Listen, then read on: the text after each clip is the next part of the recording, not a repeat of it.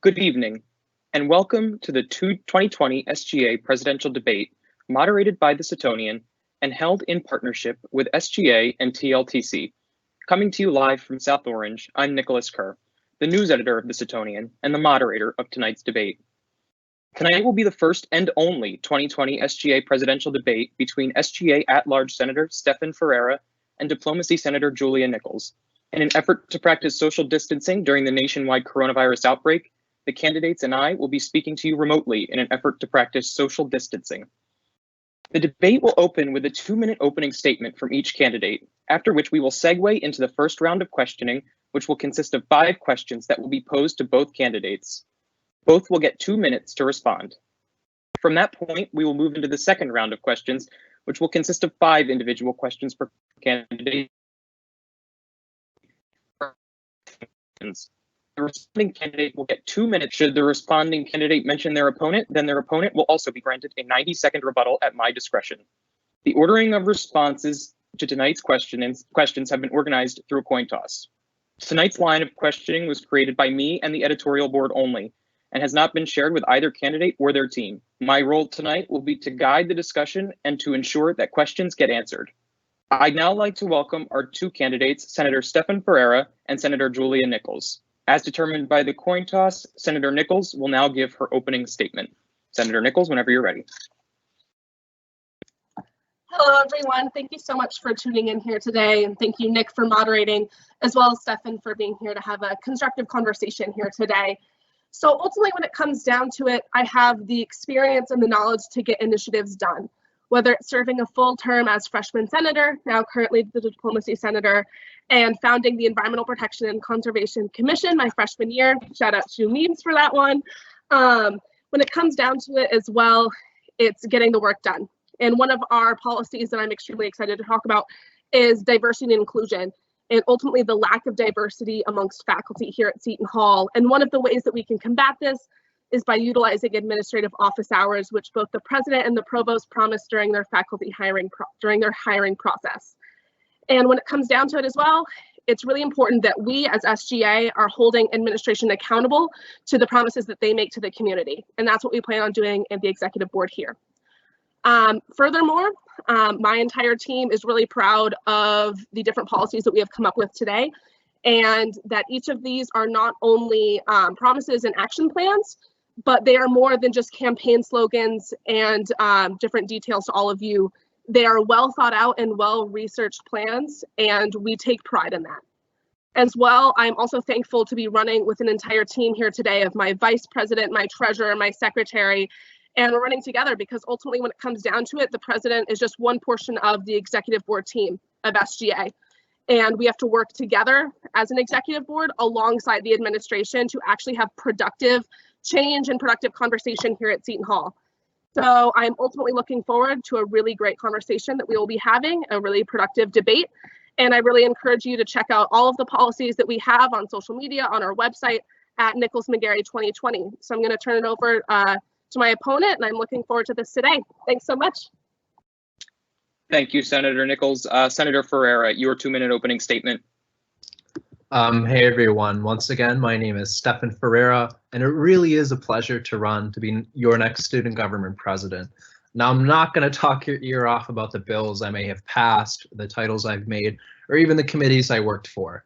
I'm running to be your president because I have a track record of getting work done, showing up, and I will leave my only term in office with concrete results.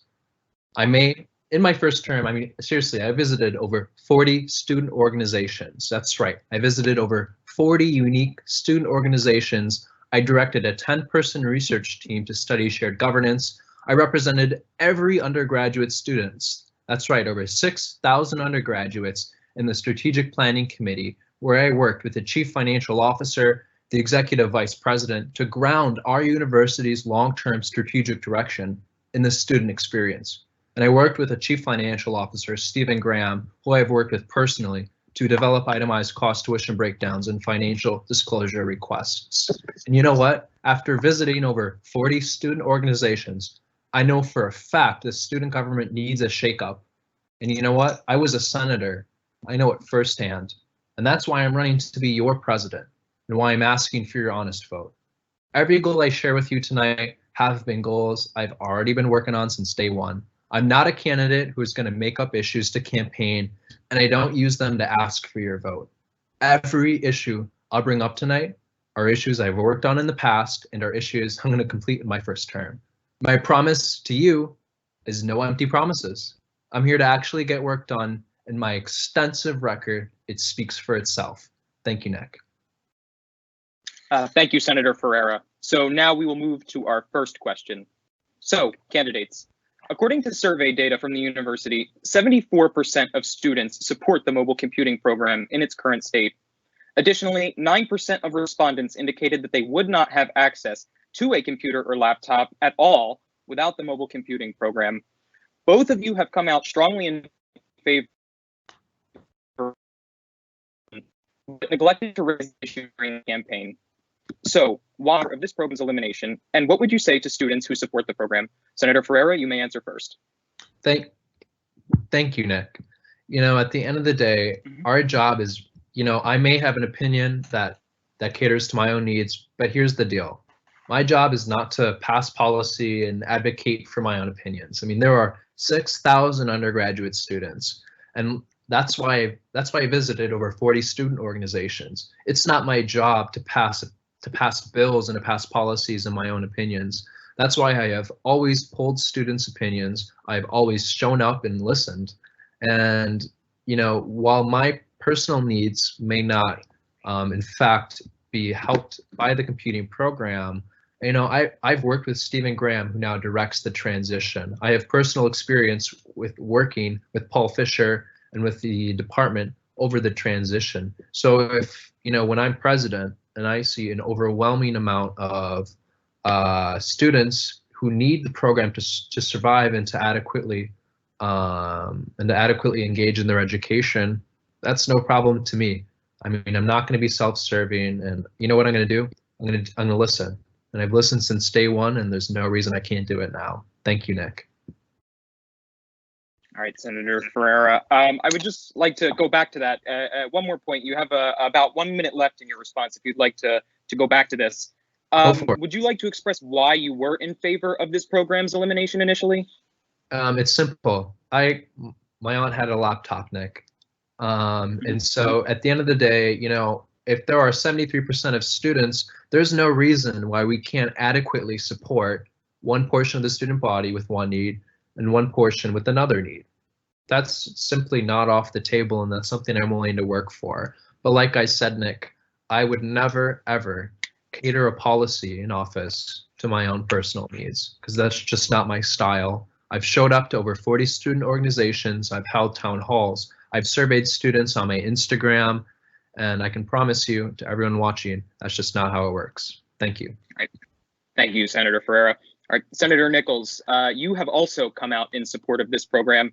The same question to you. Why were you in favor of this program's elimination? And what would you say to students who do support the program? You have 2 minutes. Yeah, absolutely. Thank you so much for the question, Nick. When administration came to student government and presented the change in the mobile computing program, the way that it presented it was that it would be an option with our partner, which is eFollett. So essentially that students would have the ability to opt in to this program to have mobile computing, where they would pay the $2,000 over their 4 years at Seton Hall and get those 2 different laptops. Versus if they came in with their own computer, like the 92% of students that did, they could just keep that computer and hold on to it themselves.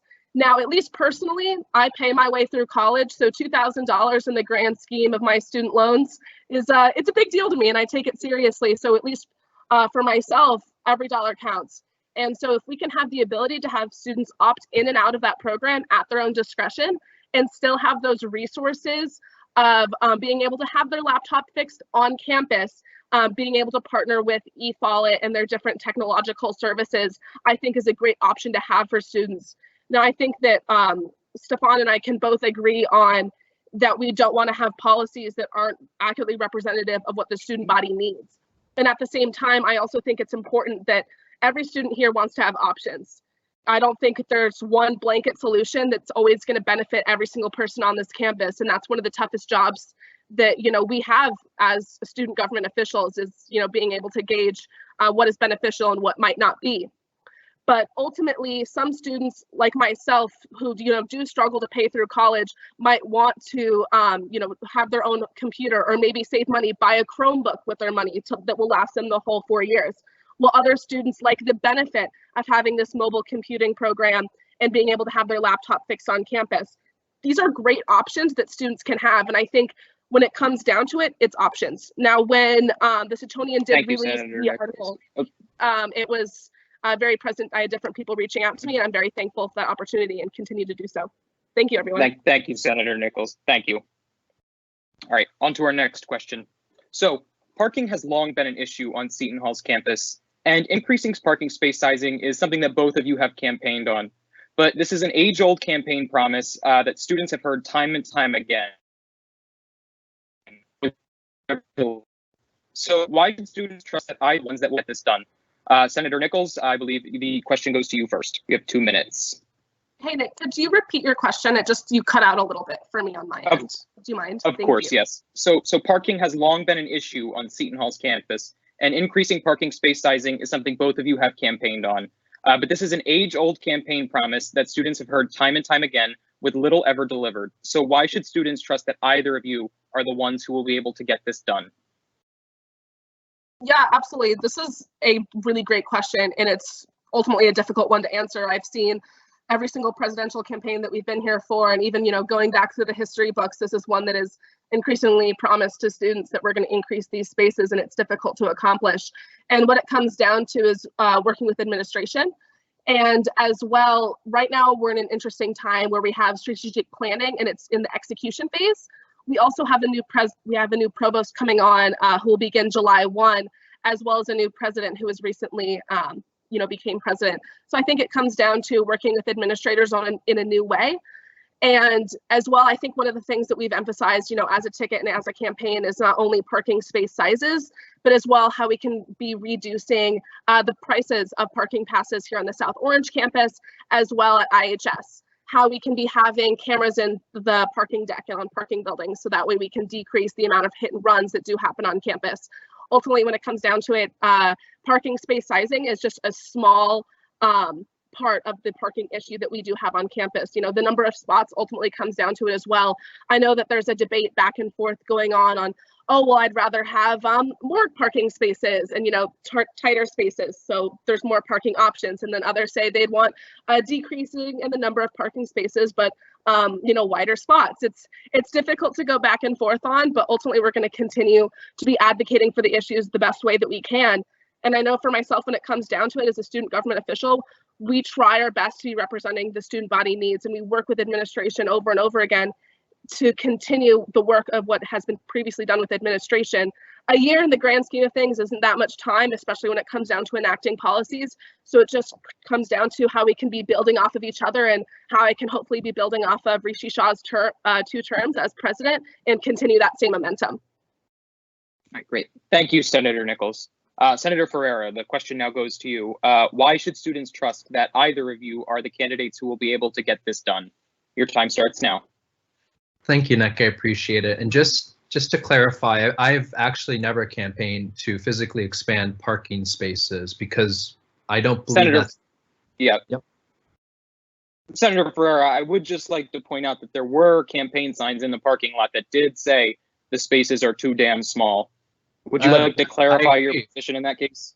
Okay. Yes, so that was and actually in good humor, and with all due respect, they're too damn small. But at the end of the day, our campaign has never released a bullet point publicly expressing to expand parking spaces, because in all honesty, Nick, I don't believe that's an honest campaign promise to make.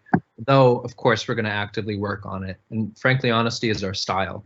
And the second point, you know, I'm a member of the Strategic Planning Committee, and that's expanding parking spaces are not something we currently have discussed because we're not, you know, we're currently not focused on such specific trivialities like that. However, at the end of the day, I think the question, you know, Nick is really trying to ask is, you know, are we candidates who are promising the same old stuff, the reduction of textbook fees, the reduction of parking prices, the expansion of spaces? And I just want to be clear that I'm a candidate who always proposes common sense and honest campaign points. Cameras in the law are a $30,000 investment. And you know what? I've talked to numerous women since the first time when I ran as senator. I've met many women at Seton Hall who don't feel safe walking to their car at night. And cameras are a common sense campaign point, and that's really how we work. However, you know, there's much to be done, but I would never be dishonest in what I promised during a campaign, and that's something I would like to clarify. Thank you, Nick. Thank you, Senator Ferreira. Okay, on to the next question. You have both campaigned on getting free menstrual products for students on campus in one capacity or another.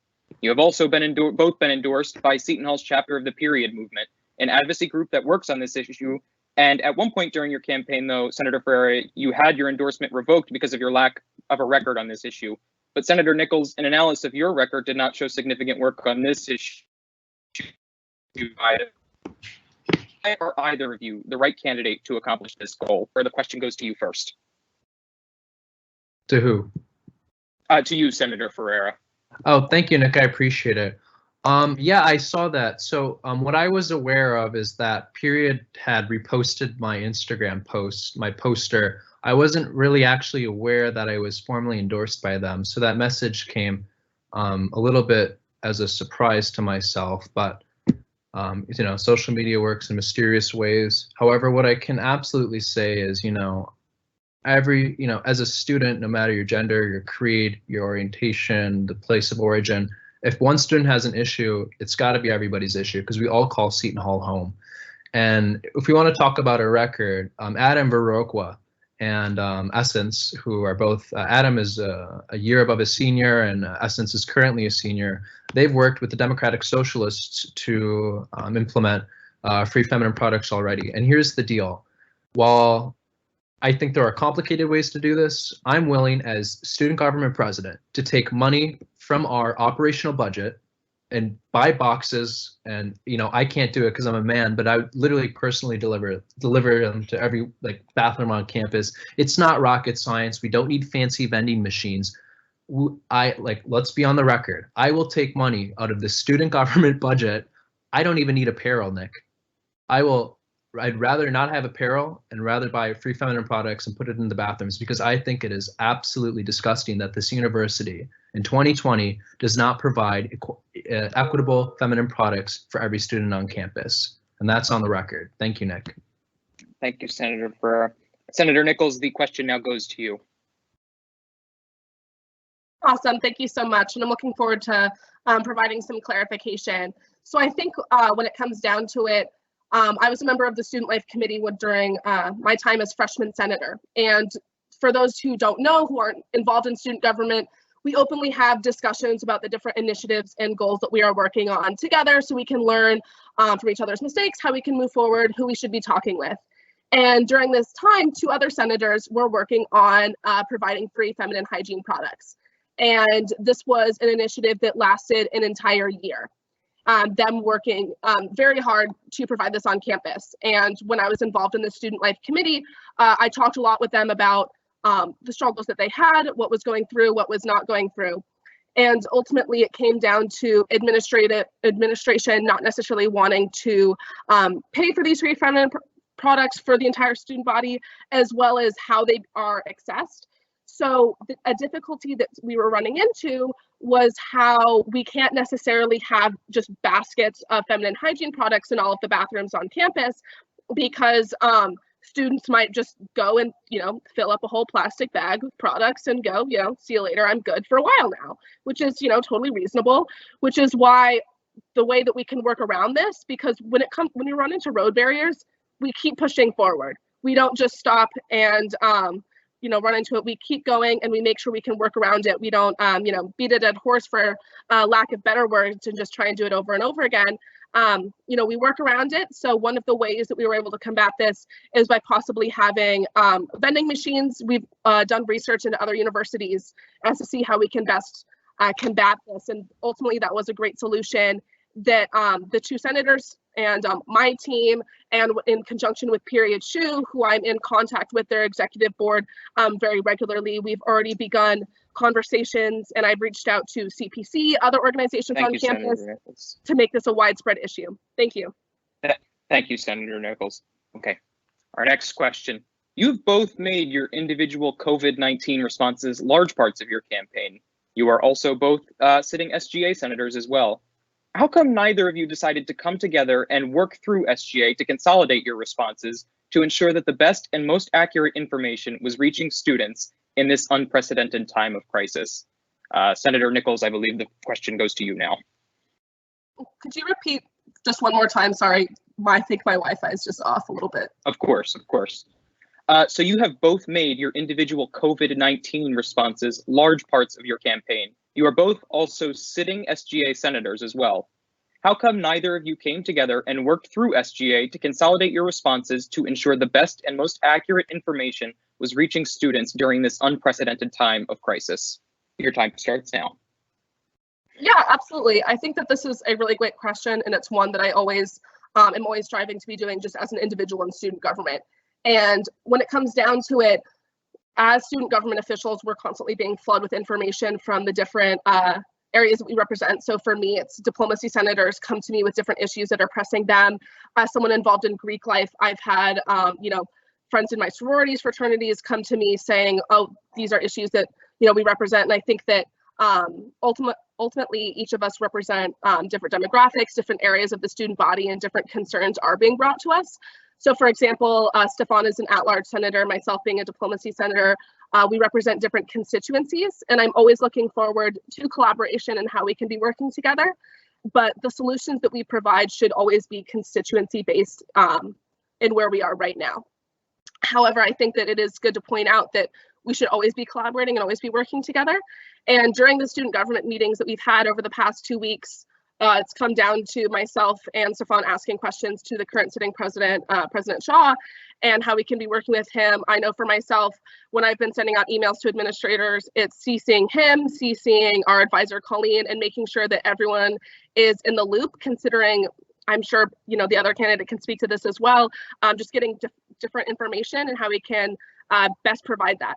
Ultimately, students, we all get the same amount of information, regardless of whether you're in student government or not. We get emails at the same time. And so we just try and provide it based on the information that we're given. And I admit, I'm not perfect. It's always better to collaborate and combine information. And I'm looking forward to doing that in the future. Thank you.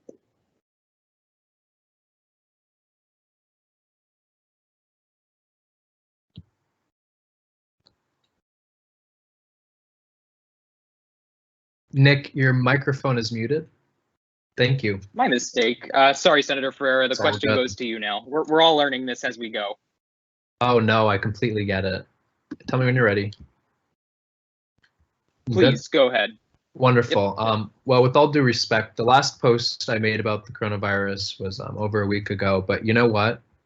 What I can say off the bat is, I personally worked with a team of administrators to connect individual students to solutions, whether it was due to a lack of communication and other points. And you know what?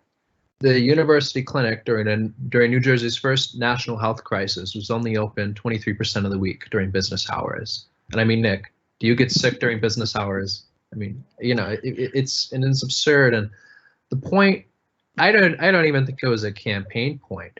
My Instagram has been active since I was a senator because I've always valued adequately communicating with students no matter what the medium is, and about not working with the student government, Nick. During a time of a public health crisis, in my opinion, this is the last time I would ever think of to keep writing bills, to pile up the paperwork, to make committees. We don't need committees, we don't need titles, we don't need bills.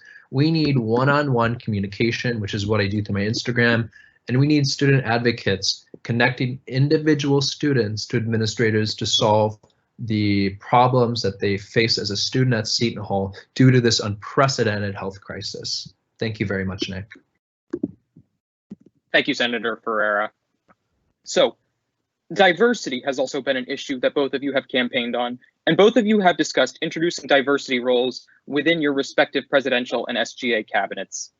have either of you consulted with multicultural leaders and organizations on campus to ensure that this is something that they would want to participate in?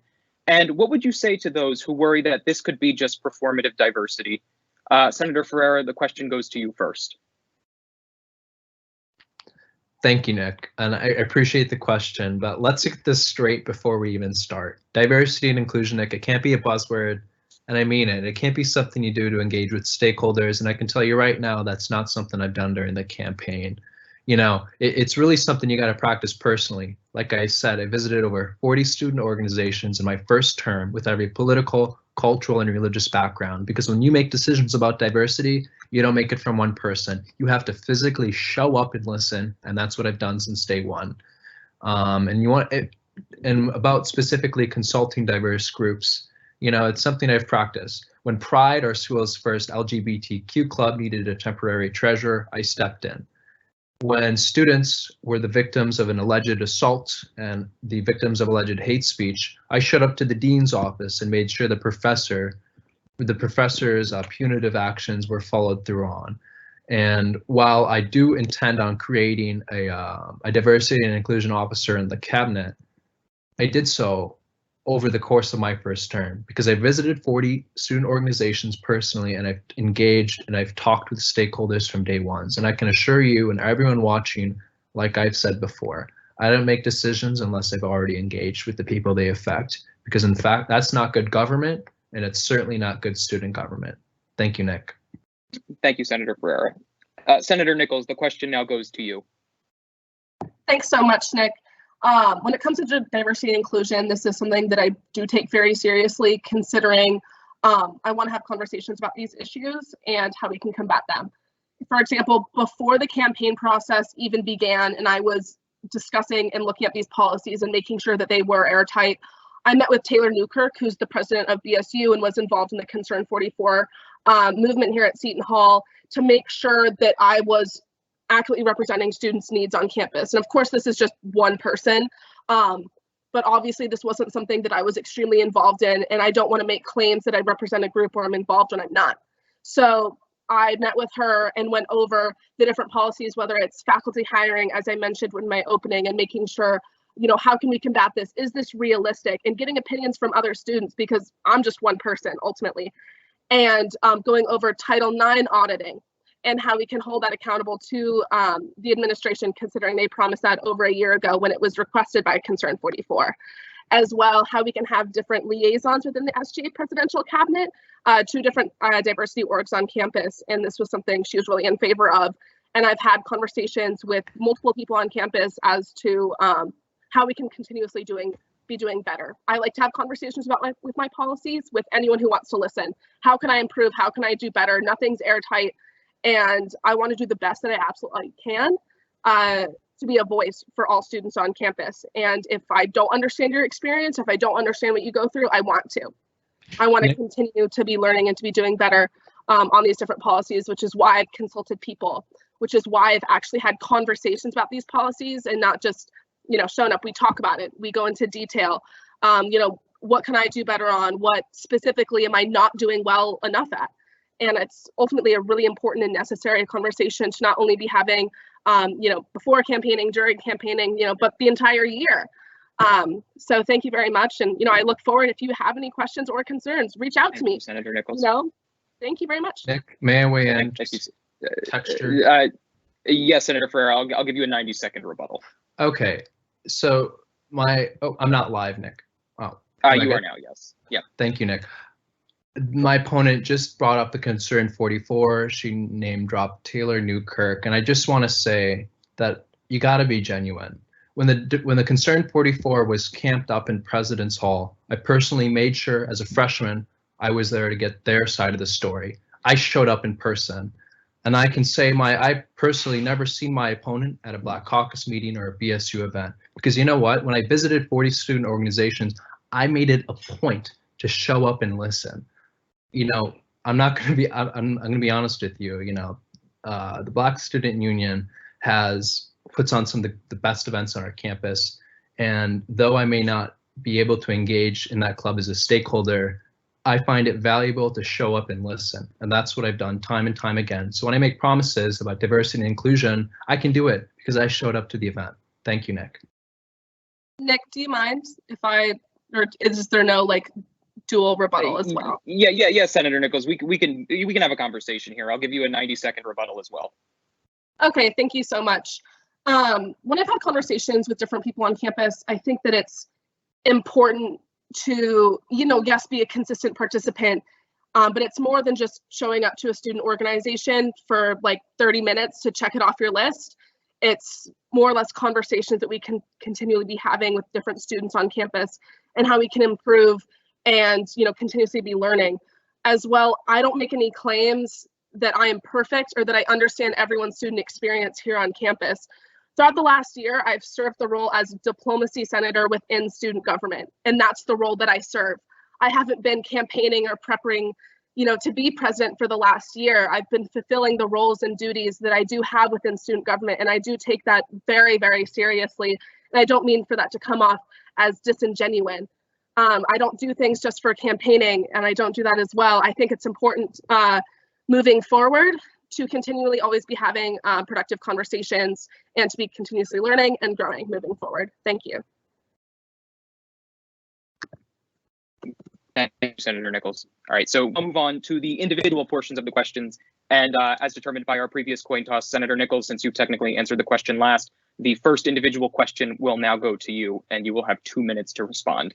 So, Senator Nicolls, you have mentioned in your platform that if elected, you would work to address tuition increases and said that you would work to address this partially by finding new revenue streams for the university to lower its dependency on student tuition payments. If elected SGA president, realistically, what power would you have to achieve this? Senator Nicolls, you will have 2 minutes. Okay, thank you so much. So this is a policy that myself and my treasurer, Ron Babiak, have discussed a lot specifically. So for example, our university is 80% tuition dependent. Specifically for other universities, they rely more on endowments and outside funding for the university. Now, what we want to be doing is how our treasurer specifically can be looking towards decreasing that dependency on tuition, because that dependency is a reason that we see these increases over the period, over the last several years in tuition, and that has contributed to this decision making a lot. And ultimately, this policy is part of the larger ticket's goal, considering that I am just one of 4 on my ticket. Myself as president, vice president, treasurer, and secretary. We each have our own policies that we plan on accomplishing. So I do encourage you to discuss with our treasurer, Ron Babiak, further. I wish he could be here to speak to this further today. But currently he sits on the university budget committee, and we've had lots of discussions on what the budget looks like and how we can be improving this. He's been meeting with Stephen Graham over the past 2 years during his time as the finance committee chair, and has been able to have these different conversations. And we like to focus on being able to look realistically. So it comes down to conversations, working with administration, working with the CFO as to how we can find alternative revenue services and be utilizing this resource. Thank you. Thank you, Senator Nicolls. All right, Senator Ferreira, the next question goes to you. So you have been a critic of the culture of the Student Government Association in some of your posts on your Instagram account, calling it a clique and insinuating that some of the past elections have been treated like a high school popularity contest. You have spent the last year as an active member within the Student Government Association. So how would you continue to try to improve the culture of the Student Government Association, its greater organization? Thank you, Nick, for the question. I really appreciate it. And I can say it first off, look to the student government. We have a culture task force. We have a special committee in the student government literally to deal with the cultural problems we're facing as an institution. We had to make a law. We had to literally make it the rule to force senators to attend, I think it's like two student events during the semester. And that's a problem. We shouldn't have to create a law to literally force your representatives to attend your student organizations and engage with students. Because when we check a student, bills like that, unfortunately, make visiting student orgs a checkbox. And I asked a handful of people to run and my ticket. And time again, I got individuals who were concerned with the culture of the student government, and that's one thing I promise to fix. Instead of making laws and passing bills and creating titles, we need to look in the mirror and say what we are. We're the student government. We are student voices and advocates, and we need to stop writing bills internally, passing resolutions. We really need, as an institution, to roll up our sleeves and get our hands dirty. And that's my promise to everyone watching. I'm not going to disappear. I'll be loud on my Instagram, because year after year, we get candidates who campaign, run to your doorstep and beg for your votes. I don't need to beg for your votes because I have a track record. And at the end of the day, I will not disappear. You'll see my face. And when you have a problem, everyone watching, if you have a problem ever, you can email me or DM me, and I will personally connect you to a solution. Thank you. Thank you, Senator Ferreira. Senator Nicolls, the next question is to you. A core tenet of your campaign has been textbook affordability, but how would you work to reduce the actual costs of textbooks for students when prices are regulated by third parties, such as companies like Follett? You will have 2 minutes to respond. Yeah, absolutely. So we've actually already begun the conversation with our partner eFollett as to how we can be reducing these costs. For example, a lot of students know that over and over again, we purchase Journey of Transformation books and CCD textbooks when in fact, a lot of them can be readily available, whether it's through Facebook groups or utilizing different sources. So ultimately, working with our partner eFollett is just a small portion of the equation. It also comes down to having conversations with deans of individual colleges. And I've already begun the conversation with Dean Kaiser as to how we can be reducing these costs within the College of Arts and Sciences and ways that we can come up alternatively to different textbook costs. I know that, and when I've had conversations with eFollett, they have been very forward in terms of it's difficult to reduce the cost of textbooks. I remember the main reason I didn't take French was because the textbook was around $200, and that was not an option. And I don't want that to deter any student from registering for a course or for feeling like they are financially responsible, have to take out more loans or work extra jobs to pay for textbooks. And there's so many different avenues that we do have to take on this. So it's looking at eFollett, our partners, looking at how we can increase communication among the student body as to how they can be accessing textbooks, and be looking within the departments themselves, creating different sharing programs so that we're not repurchasing common textbooks over and over again, like for maybe core classes. And so that way we can come up with solutions that are financially accessible for all students here on campus. Thank you. Thank you, Senator Nicolls. Senator Ferreira, you were a large part of SGA's attempt to pursue a Board of Regents seat this year and were listed as one of the 2 directors on the so-called Regents Report. Since the start of the year, the report has shifted its goal from advocating for a full seat on the Board of Regents to a seat on the Student Affairs Committee. Can you explain why this initiative didn't reach its initial goal and how you would continue to pursue this if elected president? You will have 2 minutes. Thank you, Nick. I appreciate the question. And, it's been brought up that, let me restart. I'll continue and keep on climbing in the same way that I've done since the beginning. I founded and directed a 10-person research team to study over 30 universities. Senator Avendano and myself, we visited the school's archives, which if you haven't visited, it's essentially a big vault of books, and you get a personal art curator to direct you. And you know what we did? We rolled up our sleeves and did homework. We built a team to research schools. We built the report. We got it endorsed by the Faculty Senate. We had many meetings with the Department of Student Life, with the Executive Vice President, to roll out and steam press this initiative. And you know what? Things got tough. Things got really tough. We came out of a lot of bad meetings, but you know what we did? We didn't give up. And so what we're going to have to work towards is getting the first step of the long term, which is essentially getting a voting seat and an equitable seat on a subcommittee. Because when you have big goals, you really can't be dishonest about what your intentions are. However, I do feel that every student at Seton Hall does have a stake in directing this university. Unlike many other schools that we compare ourselves to, we have the lowest score in the Regents Report between shared governance. And that's why it's my campaign's I would say it's a top priority to get a student at least a seat at the table, because when the university spends our hard-earned tuition money, which is what the board of directors does, we need to have a seat at the table. And while my opponent said that there was 80, the real number is actually, we are 73% tuition dependent. And at the end of the day, we are the largest financial stakeholders in this university. And when they make budgetary and policy, we need to be at the table and we need to have an equal say because we're the customer. Thank you very much, Nick. Thank you, Senator Ferreira. Thank you, Senator Ferreira. Senator Nicolls, you started EPAC, SGA's Environmental Advocacy Committee, during your freshman year as a senator. What environmental goals have you advocated for that have actually materialized into actionable environmental policy? You will have 2 minutes. Yeah, of course, Nick. Thank you so much for the question.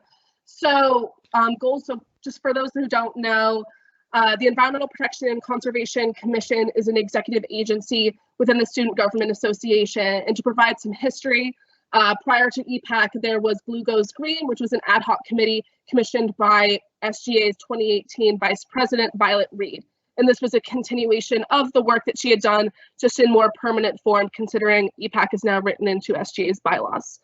Furthermore, the initiatives that we've actually been able to complete over the last year, of course, this year has been cut short by coronavirus, which I'm extremely disappointed by, has been that we have permanently changed university life curriculum, being able to include environmental education courses, which were piloted in the spring this year and will be implemented permanently in the fall of 2020. And furthermore, other things that we've been able to complete here on campus is increasing recycling accessibility. So that means there's more buildings, there is more bins across all buildings across campus, and how we can be increasing accessibility there. Last year for Earth Day, we were able to partner with different nonprofits across campus and work with other clubs and organizations to increase awareness. Many of you who were here last year may remember the different food trucks we had on campus, and that was in coordination with the Ecology Club, in coordination with the Environmental Studies Department, and we were really able to complete that there, and it's really something that I'm quite proud of. Furthermore, we've been able to have really productive conversations with nonprofits moving forward and having great conversations there. And I'm ultimately very thankful for what we've been able to complete and will continue to be completing. Thank you. Thank you, Senator Nicolls. Senator Ferreira, during your campaign, you've mentioned that one of the things that you would like to do if elected president would be to lobby South Orange to change their municipal code to allow Greek life to display letters on homes. Though we did search the South Orange Municipal Code and could not locate any specific ordinance banning the display of Greek lettering. Regardless, why do you think that lobbying on this particular issue is important, and how would it contribute to improving student life for pirates in South Orange? Senator Ferreira, you'll have 2 minutes. Senator Ferreira? Can you hear me? I'm sorry, I'm having connection issues. What was the question? No problem. Yeah, I can re-ask it. During your campaign, you have mentioned that you would like to lobby South Orange to change their municipal code to allow Greek life to display letters on homes. Though we did search the South Orange Municipal Code and could not locate any specific ordinance banning the display of Greek lettering. Regardless, why do you think that lobbying on this particular issue is important, and how would it contribute to improving student life for pirates in South Orange? Thank you, Nick. Okay, now I can hear you. I'm glad it worked out. So the specific laws are actually section 185141 regulations, which are essentially applicable to all signs in the town. And what essentially the Greek letters are restricted because they don't follow the town's municipal code, which restricts permanent signage that is not allowed through the permit application procedure, which is directed to the town manager. And I bring this up because the deal is, Nick, our team does the homework. We've never put a policy out there that isn't sound through the law. And while the Seton Hall campus, I think as a resident of the campus, we're so often focused on the campus, but there is a whole world outside of the Seton Hall gates. We got a beautiful city. We got Newark at the right of the gate. We've got a beautiful sprawling town. And that's why our administration is so focused on getting that and improving relations. And Greek life is a first step. Currently, no Greek dwelling spaces can have Greek lettering because it's banned through the municipal code in South Orange. Let's lobby the trustees. And we have already been months before the campaign in contact with the town manager, which of course I got in trouble of in trouble from doing, because the university doesn't like students talking to town officials. But you know what? I don't care. That's not my style. And so the point is we can, when we allow Greek spaces the option to have official Greek lettering, students going to dwelling events may do so knowing that it is recognized Seton Hall fraternity or sorority, which makes students safer. It makes the spaces have a brand, which will increase the amount of maintenance done on the dwelling spaces. And at the end of the day, if the Greek organizations choose not to have the lettering, that's completely fine. All I'm saying is let's clean up the law and do our job as students and do our homework. Thank you, Nick. I appreciate it. Thank you, Senator Ferreira. Senator Nicolls, this will be the last question for you, and then we will go to Senator Ferreira for his last question, and then into 2-minute closing statements. So, Senator Nicolls, you have said throughout your campaign that in part because of EPAC, we have increased recycling at Seton Hall by increasing the number of locations that students can recycle across campus, though some have alleged that Seton Hall does not in fact recycle to the extent that it should be. So could you please shed some light on how much more CE recycling because of EPAC? You will have 2 minutes. Yeah, of course. So this is an issue that has come under a lot of question over the last several years, and I've always been given mixed answers from facilities, from administration, and from the municipal government themselves. So when it comes down to it, ultimately South Orange Village, they are the ones that have difficulties with recycling in general, whether it's the lack thereof of recycling. Many of you know, if you live in the village area, the recycling is not the best. So one of the ways that we've attempted to combat this is just by decreasing plastic waste in general. Myself and Violet Reed had extensive conversations about the recycling issue on campus prior to me founding EPAC and the different issues that this does bring. And trust me, I understand. So many students have come to me expressing their concerns regarding recycling on campus. And like Stefan mentioned previously, administration isn't necessarily too found about discussing with municipal governments on the issue, and it's up to their laws. While we have continuously lobbied and contacted them, myself alongside the village relations chair, about how we can be improving this, this is an extremely lengthy process that has been continued from 2018 on to myself. And I wish that this was something that would be a short timeline. Trust me, I'm the biggest fan of I wish tomorrow we could come out and be amazing with recycling, but I try to focus on actionable and plausible goals as well.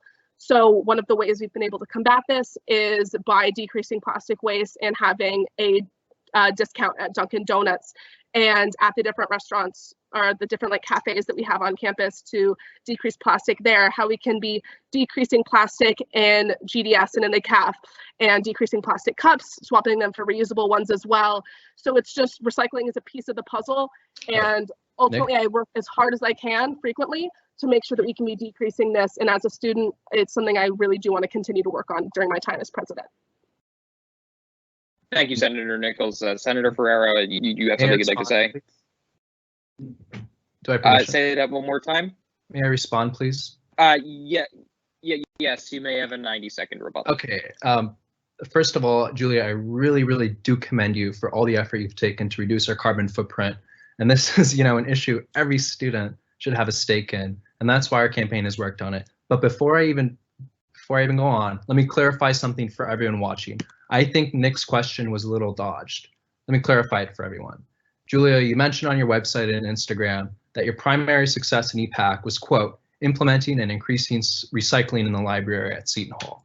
Well, the truth is, everybody, we don't recycle. It's a well-known fact that our campus still doesn't recycle to this day. And I guess I was a little confused that the claim was made in your campaign. And when asked about it, EPAC, you say the South Orange municipal government won't do anything about it, and that's the last I heard. My main objective for the good of Seton Hall is to really get the work done. I'm not going to stop fighting until every solution is exhausted during recycling. For example, that's why when the village stops, you go to the county. We've already reached out to Gary Shaw, the Essex County Municipal Recycling Coordinator. And guess what? We found that Roseland, a town just northwest, has a recycling plant. Instead of getting garbage bins that look like recycling bins, we needed to do more work. And that's something I can promise everyone watching that our campaign is going to do for sure. Thank you, Nick. I really appreciate it. Thank you, Senator Ferreira. Senator Nicolls, would you like the opportunity to respond or no? Yeah, I would love that opportunity. Are you there? Oh. Okay, I can give you a 90-second rebuttal. Yeah, thank you so much, Nick. We can hear you. So one of the things I've always tried to do during my time in student government is be realistic about how we can accomplish different goals and accept that we are ultimately just students trying to work towards a common goal of improving Seton Hall's campus. Now, myself and my entire team has worked to improve this, and might I say, during the year that EPAC has met every single week, I maybe one time have seen Stefan present at one of these meetings advocating for these issues or discussing with me about these topics. Can I continue, please?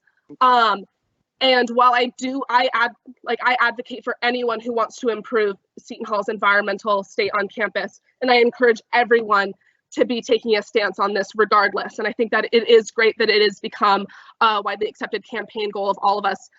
And ultimately, continued conversations, as I've stated previously, are critical. And how we continue to be climbing the ladder is how we can be improving recycling here on campus. I've continued these conversations that have already been built up and actually had conversations, whether it's with Michael Taylor, who is the director of the Environmental Studies Department, Wanda Napick, who teaches environmental studies courses here on campus, and be having conversations with everyone in the Seton Hall community and outside as well. And ultimately, every single time I've had a conversation with the community and with administration, they've been always very adamant to say that we do recycle here on campus. There's only one part that I can say, and just continue to have the conversation with me as well. Thank you. Thank you, Senator Nicolls. Thank you, Senator Nicolls. All right, Senator Ferreira, last question for you as well. So you are currently running without a ticket, meaning that if you were elected president, you would have to work with the ticket of your opponent. Why did you decide to run without a ticket? And what would you do to ensure that you would be able to work effectively with the ticket of your opponent? You there? Yes, I am. You know, Nick, I really appreciate the question. I mean, hey, I've worked with Ron in Finance Committee for a year. I've known Charles since freshman year, and I've really gotten to know Raven really well. They're great people, and I'm actually really, really excited to work with them in our first term. And, you know, it's been hinted that I'm not a team player, but you know what? I founded a 10-person research team, and the board of directors and President Nair needed to develop a long-term strategic plan for Seton Hall. I was selected to represent 6,000 undergraduates and worked closely as a team with the Chief Financial Officer, Stephen Graham, the Executive Vice President, Dr. Cooper Gibson, and countless other administrators.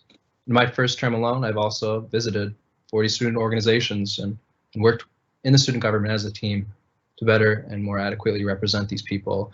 And so if you're worried, if you're watching, if anyone's watching and you're worried about me not running with the ticket, I actually, you know, I asked a handful of people to run. I said it earlier, there's a bit of a cultural problem.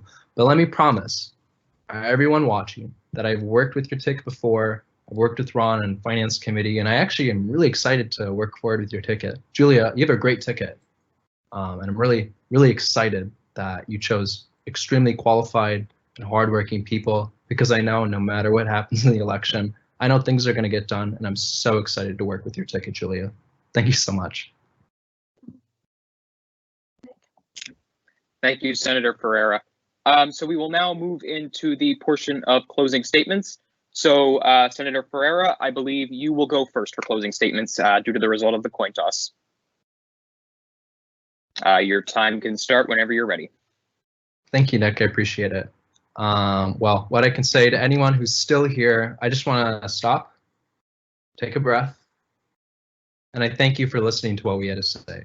During these times of uncertainty, during the public health crisis, we just can't be divided by personal grudges and politics. And I want to remind every one of you, no matter your political, social, cultural backgrounds, we are all a pirate at Seton Hall.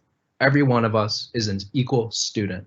No single student can own an issue because every student calls Seton Hall home. When we think collectively, we just get work done. And that's why my track record of visiting over 40 student orgs and engaging with stakeholders since day one, it speaks for itself. So I really, really appreciate all of you guys watching and taking time out of your day. I mean, you could be sleeping. What is it? It's Thirsty Thursday. Well, it's not Thirsty Thursday anymore. But the point is, my name is Stefan Ferreira, and it's really an honor to run to be your next student government president. And to keep updated, as always, I gotta drop the handle in. You can follow my Instagram at stefan.setonhall. Once again, STEFAN, and it's pronounced Stefan, not Stefan, if any of you are wondering, .setonhall. It's a pleasure, Nick. Thank you, Julia. And I'm so glad I could come. Thank you, guys. Thank you, Senator Ferreira. Senator Nicolls, your 2-minute closing statement can begin whenever you're ready. Amazing. Thank you so much, Nick. And thank you, Stefan, as well, for being here today. And I'm really thankful that we had the opportunity to have such an amazing and productive conversation about these different issues that are pressing Seton Hall's campus. And when it comes down to it, it's how we can realistically be accomplishing these goals and putting forward it so we can be representing the student body accurately. Now, what I'd like to say when it comes to having conversations with my team here at Seton Hall is we work together. I'm just a portion of the executive board and just a small portion of the Student Government Association. So us working collectively and working as a team has been an amazing process that I want to continue moving forward, and how we can have amazing team dynamics, and which is why I know my executive board and I are very much looking forward to the next year that we will have at student government. As well, I'd like to say, ultimately, I've made mistakes. There's things that I could have done better during my past 2 years. There's always going to be room for improvement during my time in student government, and I will continue that during my year. But I also like to say I've never made a mistake twice. I always learn from them. It's about continuing to grow, continuing to improve, and continuing to better represent the student body, which is what I plan on continuing to do during my year as president. I really encourage all of you to be checking out our social media platforms at Nicolls McGarry 2020. It's the same for our Instagram, our Twitter, and our website, where you can be having a full detailed list of all of our plentiful policies in detail. So thank you so much for continuing to reach out, be asking questions, giving your input. I know that this is a really chaotic time for students on campus, especially ones struggling with housing at the moment. My phone number's up there. Give me a call, text me, let me know the issues that you're experiencing. I want to help and I want to listen. So feel free to continue reaching out. We have a questions and concerns box up on our Instagram story, so I really welcome it. Thank you so much, Nick, and have a great rest of your night, everyone. Thank you, Senator Nicolls. And thank you to our audience for joining us tonight. This has been our debate. So thank you for joining us. Thank you to SGA. Thank you to our candidates. Thank you to TLTC for producing this wonderful event for us via Microsoft Teams. And just a reminder, voting will take place March 30th and March 31st via your Seton Hall email. So keep an eye out for that link. Thank you all and have a good night. Peace.